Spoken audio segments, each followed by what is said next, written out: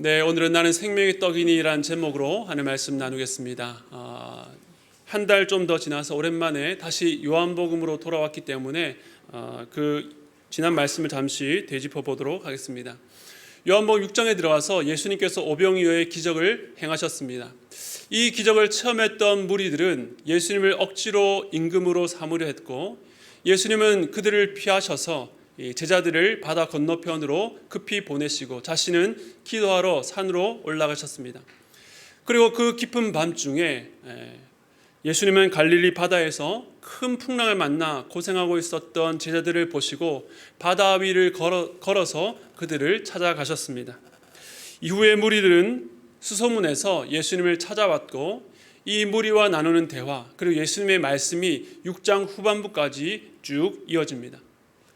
그런데 힘겹게 예수님을 찾아온 무리들에게 예수님은 대뜸 너희가 나를 찾는 까닭은 표적을 본 까닭이 아니요 떡을 먹고 배부르기 때문이다 라고 말씀하셨습니다.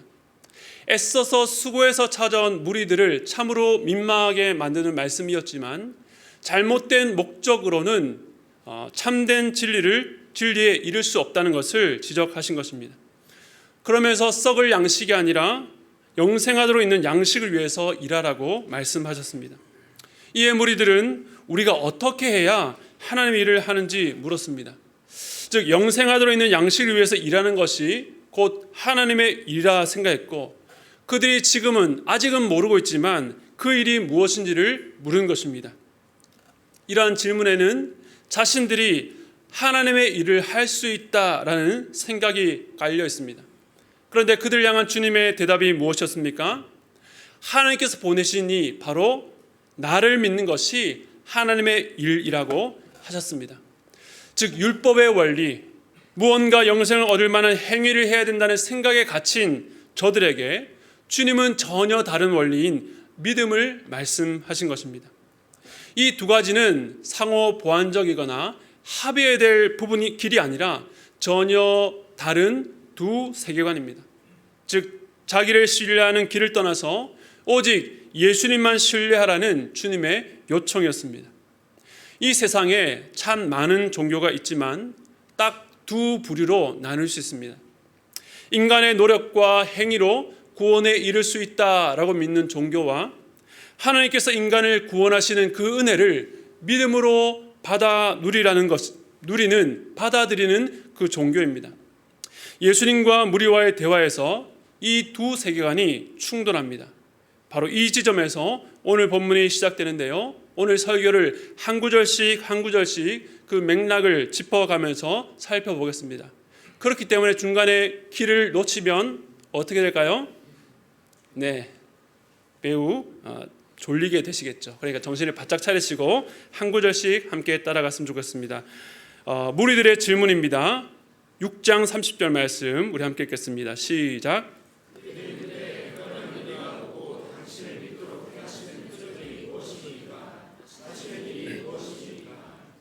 자, 이 무리들의 질문에도 자기를 의지하는 그런 태도가 숨겨져 있습니다. 무슨 말입니까? 우리에게 충분한 증거만 보여준다면 우리가 분별하고 평가해서 바르고 합리적인 결론을 내릴 수 있다는 것입니다. 오늘날에도 많은 사람들이 갖고 있는 신념입니다. 과학에 기반한 이성, 합리주의가 모든 것을 재단하고 판단하는 근거라고 생각합니다. 다양한 정보를 능숙히 다룰 수 있다고 생각하는 현대인들은 무엇이든 평가하고 판단하는 심판자의 자리에 앉아 있습니다.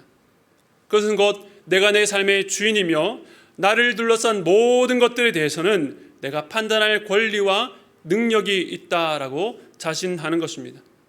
그런데 사실 모든 시대마다 그 형태와 강도는 다르겠지만 하나님을 떠난 모든 인류가 바로 이 신념을 붙들고 살아온 것입니다. 오늘 예수님께 나온 무리들 역시 우리가 당신을 믿어야 된다면 충분한 증거, 표적을 보여달라고 요청한 것입니다.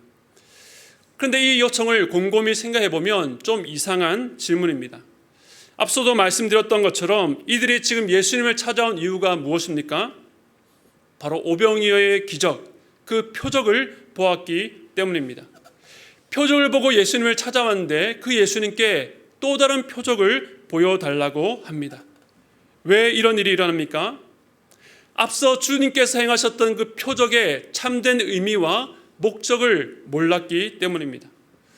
그래서 자신들이 경험한 오병이어의 기적이 특별한 이적이라고 하는 것에는 이견이 없지만 그 정도 사건으로는 당신을 믿을 수는 없다라는 뜻을 우회적으로 말한 것입니다. 겉으로는 당신을 믿기 위한 표적을 달라고 했지만 실상으로는 예수님을 믿지 못하는 그를 향한 불신이 그 안에 깔려 있었던 것입니다. 복음서를 보면 예수님께서 여러 표적을 행하셨는데 그때마다 사람들이 찾아와서 우리에게 표적을 보이라라고 요청하는 무리들을 보게 됩니다. 그때마다 예수님께서 그를 향해서 무엇이라고 말씀하셨는가 하면 이 악한 세대여라고 하셨습니다. 왜 이들이 악한 세대입니까? 그들이 흉악한 죄를 많이 지어서가 아닙니다. 예수님을 그 당시 따랐던 제자들이나 예수님을 핍박했던 바리새인과 서기관들 모두 동일한 죄인들이었습니다. 그러나 예수님께서 그들 향해서 악한 세대라고 한 것은 그 마음 가운데 믿지 않을 굳을 결심, 완고함, 아무리 많은 것을 보고 들어도 결코 받아들이지 않을 완악한 마음이 있다는 것을 알고 계셨기 때문입니다. 종종 주변에서 하나님이 살아계시다면 증거를 보여달라고 말하는 분들을 만나게 됩니다. 이 일만 성사되면, 내가 원하는 이 일만 성취되면 하나님이 살아계신 것을 내가 믿겠다라고 말합니다. 그런데 그 말에는 역시 숨어있는 메시지가 있습니다. 하나님, 이거 내가 원하는 대로 안 해주셨죠? 그러니까 나는 하나님을 믿을 수 없습니다. 즉 내가 원하는 것을 주지 않을 때에 하나님을 믿지 않을 근거로 삼으려고 하는 것입니다. 그러나 하나님을 믿는다는 것은 무슨 도박을 하는 것처럼 일의 결과에 따라서 좌우되는 것이 아닙니다. 어떤 열매를 보고 내가 믿어주는 것도 아닙니다. 물론 신자들 중에서는 어떤 특별한 경험, 기적을 통해서 믿게 된 분들도 있습니다. 저 역시 어릴 때 병원에서 오진으로 큰 어려움을 겪다가 그 병이 나으면서 저희 모든 가족이 교회를 다니게 되었습니다. 그러나 저희 가정이 그 기적을 경험했기 때문에 믿게 된 것은 아닙니다. 그 일이 외적으로는 계기가 되었지만 하나님께서 우리 가족들 구성원들 한 사람 한 사람에게 각자의 마음에 예수 그리스도를 만나는 그 사건, 그 믿는 믿음을 주셨기 때문에 믿게 된 것입니다. 오늘 본문은 이 믿음에 대한 중요한 비밀을 전하고 있습니다. 이 믿음이라는 것이 단지 증거를 보고 내가 판단하는 결정이라든지 혹은 내가 애써서 얻어야 되는 그런 노력이 아니라 그 안에 우리가 다 해낼 수 없는 신비한 은혜가 있다라고 말씀하고 있습니다. 오늘 말씀을 통해서 우리 안에 있는 그 믿음을 생각하고 묵상할 때마다 말할 수 없는 은혜를 누리게 될 수 있기를 축복합니다. 그렇게 되려면 이 믿음의 신비를 아셔야 됩니다. 그렇다면 도대체 이 무리들은 왜 오병이어의 기적을 체험하고도 다른 표적을 구했는지, 그들이 원하는, 그들이 기대하는 표적은 어떤 수준의 것이었는지를 우리 함께 보겠습니다. 6장 31절 말씀 우리 함께 읽겠습니다. 시작. 기록된 바 하늘에서 그들에게 떡을 주어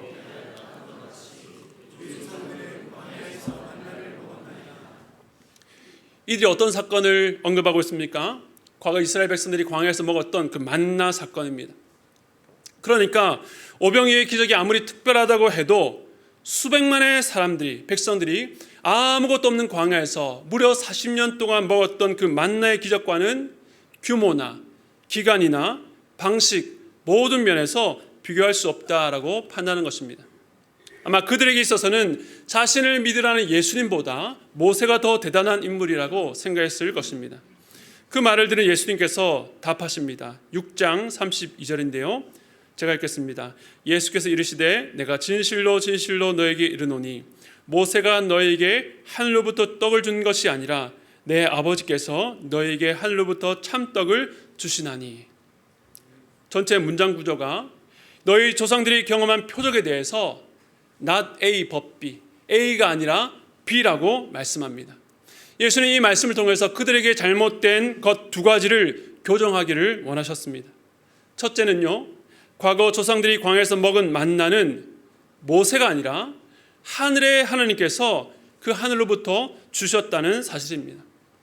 모세의 열정을 통해서 애굽 땅에서 이스라엘 백성들을 탈출시켰고 또 40년 동안 이 백성들을 이끌면서 그들을 먹였지만 그는 주인이 아니라 하나님께서 사용하셨던 종이었습니다. 광야에서 먹은 떡을 제공하신 분은 모세가 아니라 하나님이라는 것을 교정해 주십니다.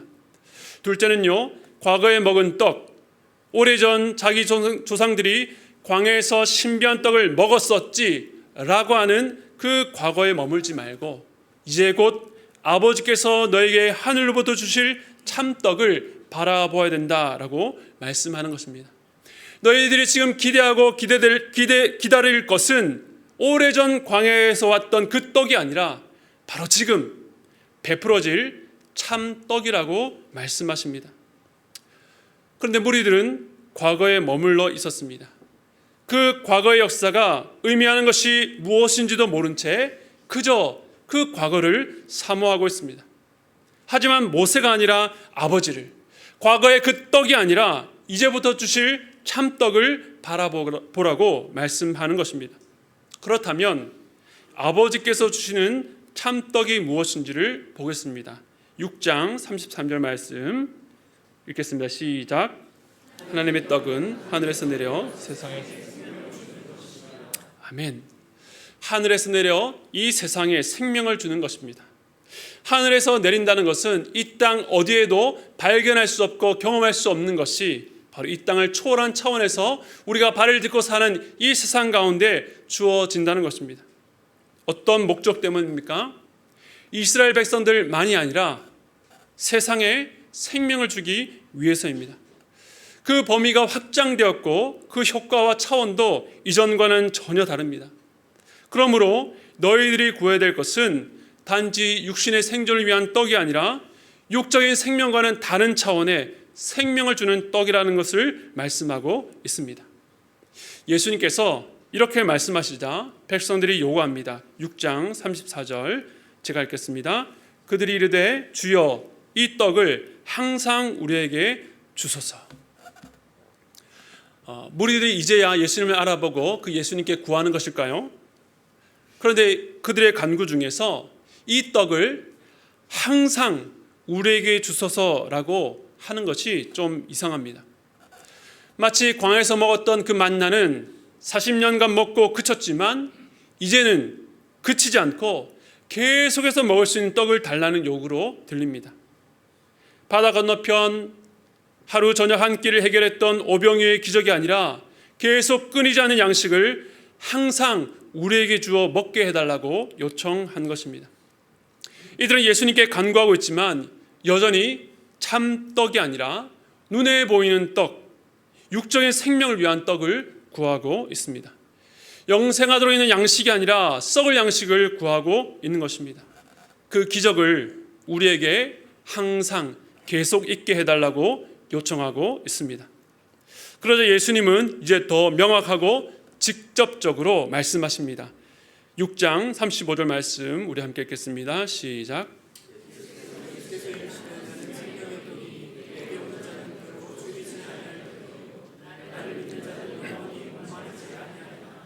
아멘.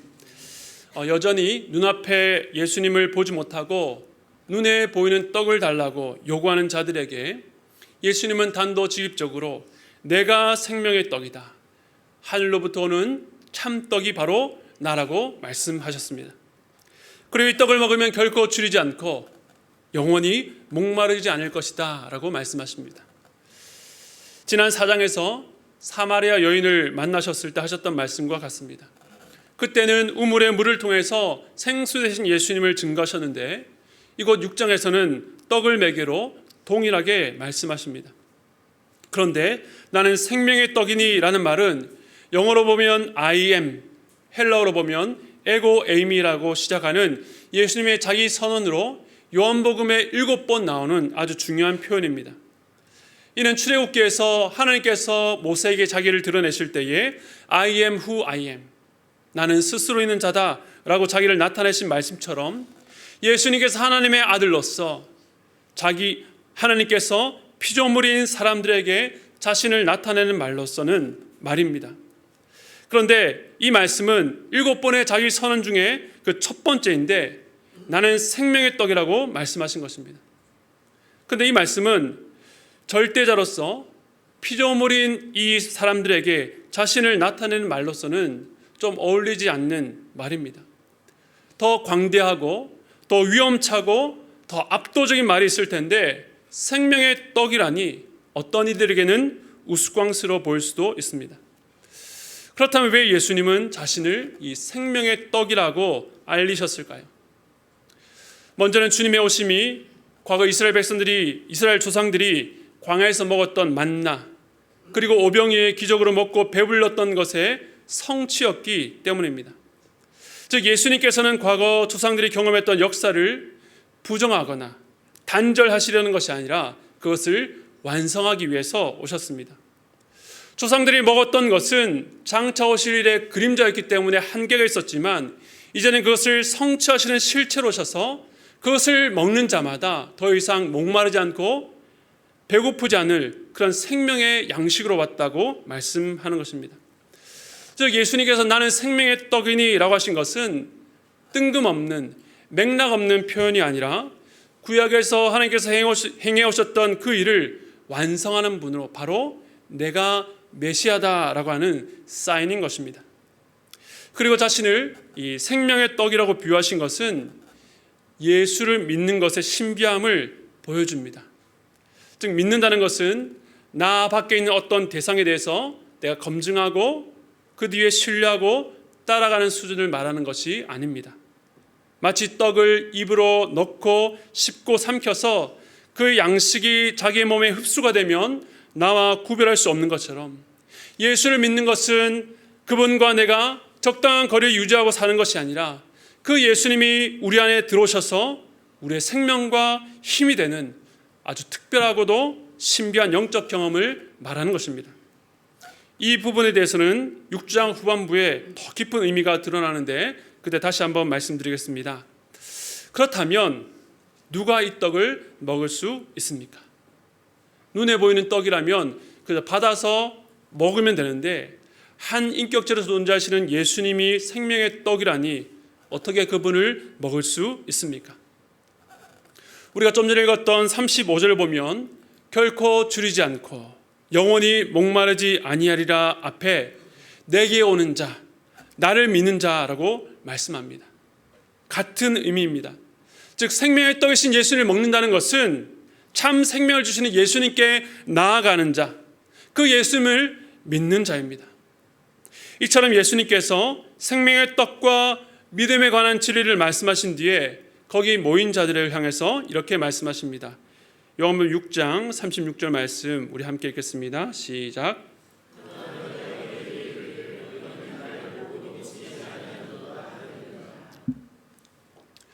예수님께서 매우 단호하고 냉정하게 거기에서 주님의 말씀을 듣고 있는 자들의 불신앙을 지적합니다.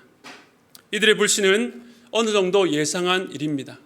그들이 잘못된 목적으로 예수님을 찾아왔고 예수님을 찾아와서도 잘못된 것을 구하고 있습니다.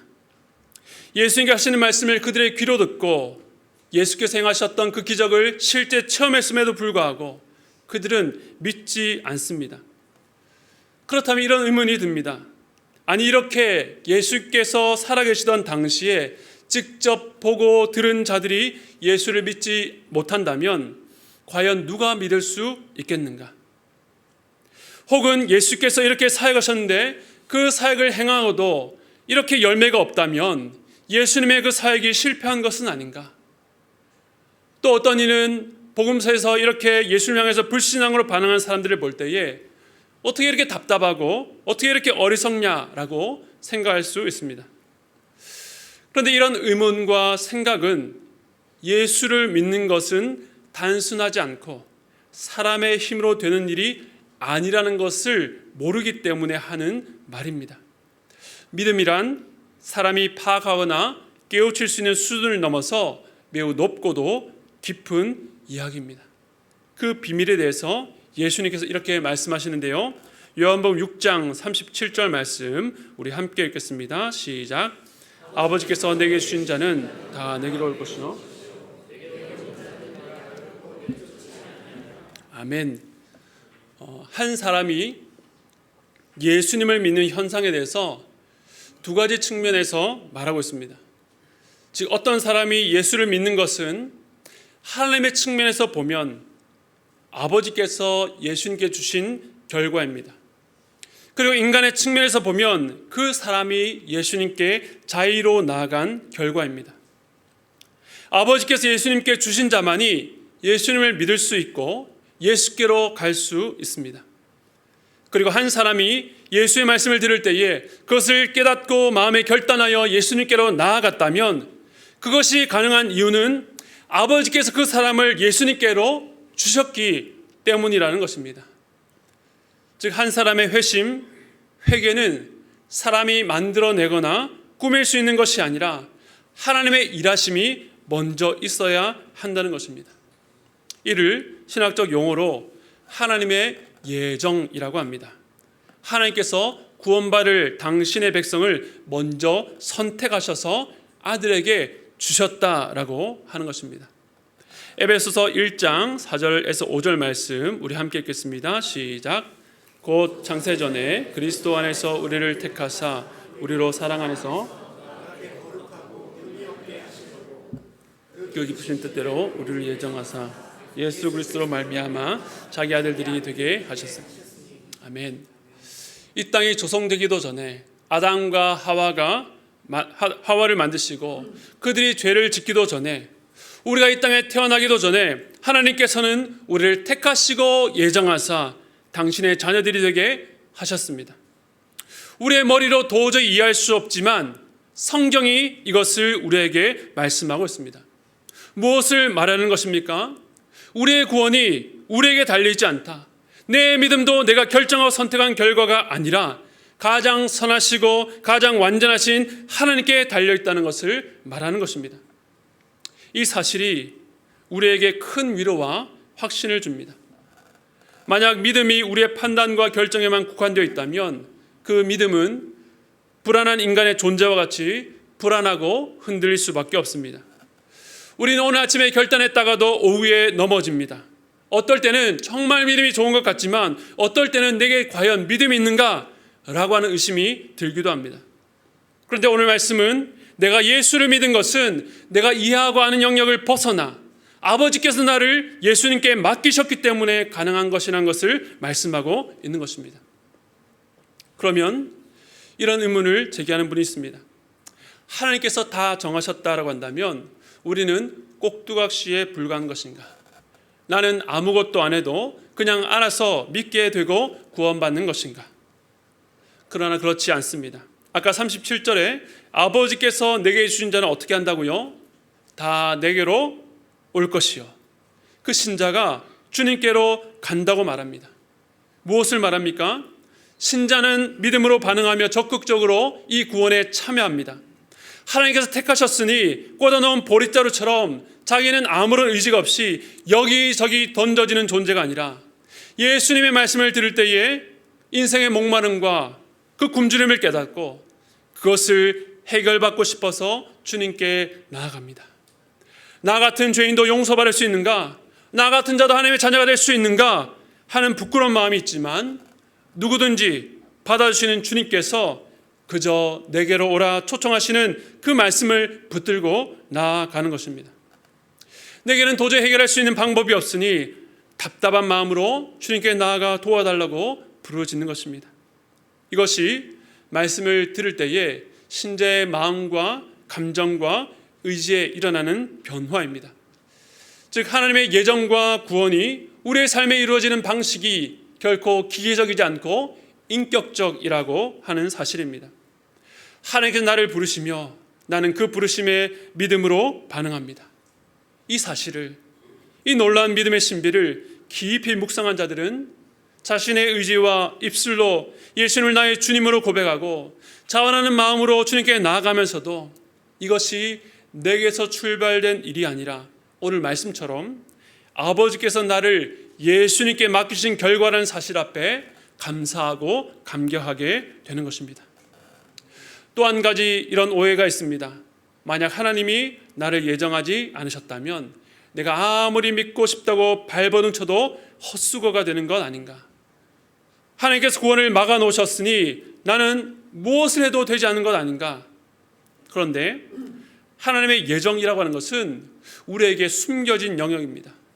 그것이 한 신자의 마음 가운데 믿음으로 드러나기 전까지는 아무도 누가 구원을 받았는지 누가 구원을 받지 못했는지 알 수가 없습니다. 하지만 예수님의 말씀을 듣고 그 예수님을 따르려고 나아갈 때에 우리 주님께서 어떻게 하신다고 말씀하십니까? 아까 읽었던 37절 하반절에 보면 내게 오는 자는 내가 결코 내쫓지 아니하리라. 어떻게 하신다고요?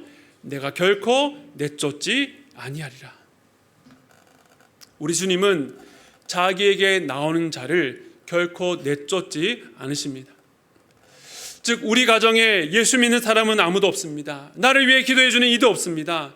나는 그렇게 선하게 살지도 못했습니다. 많은 죄를 지었습니다. 아무것도 내세울 것 없는 죄인입니다. 그러나 내게는 예수님이 필요합니다. 예수님께로 가기를 원합니다. 나를 받아 주시옵소서라고 할 때에 주님의 은혜를 바라보고 나가는 그 자를 우리 주님은 결단코 내쫓지 않으시고 그를 받아주시고 그를 안아준다는 사실입니다.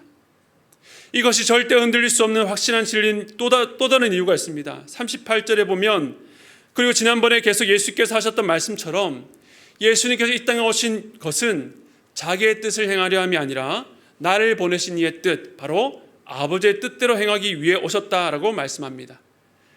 그리고 그 아버지의 뜻, 하나님의 뜻이 무엇인지 6장 39절을 보시기 바랍니다. 우리 함께 읽겠습니다. 시작. 나를 보내신 이의 뜻은 신자 중에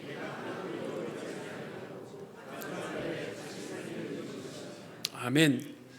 아까 37절에서 내게 오는 자를 결코 내쫓지 아니하리라 하셨는데 하나님 아버지의 뜻 역시 하나님께서 주신 자들을 예수님이 하나도 잃어버리지 않고 마지막 날에 살리는 것이라 말씀합니다.